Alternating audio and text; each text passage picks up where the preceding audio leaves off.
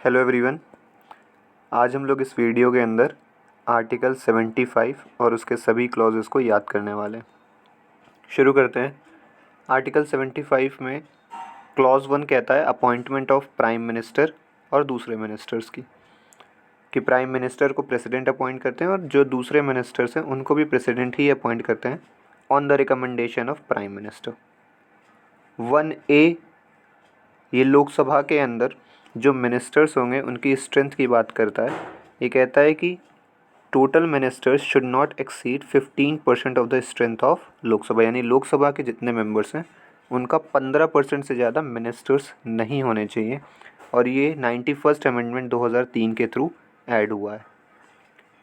Clause 2 tenure और pleasure of president की बात करता है कि जो भी मिनिस्टर्स होते हैं वो hold office during the pleasure of president, यानी जब तक प्रेसिडेंट चाहेगा तब तक वो मिनिस्टर्स बने रहेंगे। क्लॉज 3 कलेक्टिव रिस्पॉन्सिबिलिटी की बात करता है कि जो भी काउंसिल ऑफ मिनिस्टर होते हैं वो कलेक्टिवली लोकसभा यानी हाउस ऑफ पीपल को रिस्पॉन्सिबल होते हैं, और इंडिविजुअली जो क्लॉज 2 बोलता है वो प्रेसिडेंट को रिस्पॉन्सिबल होते हैं। Clause 4 oath of office and secrecy की बात करता है कि इनको ओथ कौन दिलाएगा? प्रेसिडेंट दिलाते हैं। The president administers the oath of office and secrecy to a minister before they, यानी कुल मिलाकर प्रेसिडेंट है जो ओथ का काम करते हैं, ओथ दिलाने का।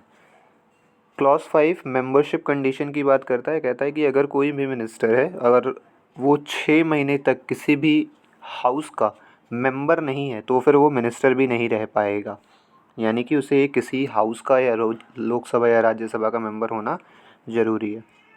और लास्ट हमारा बात करता है सैलरी और अलावेंस से, जो क्लॉज 6 है। अब इसे याद कर सकते हैं हम लोग सिंपल से, मतलब ऐसे ही।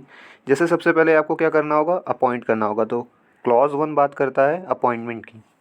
1A ए फॉर एडिशन, तो एडिशन क्या किया गया है कि 15% से ज़्यादा मिनिस्टर्स नहीं होने चाहिए, और ये ऐड हुआ 91st अमेंडमेंट से।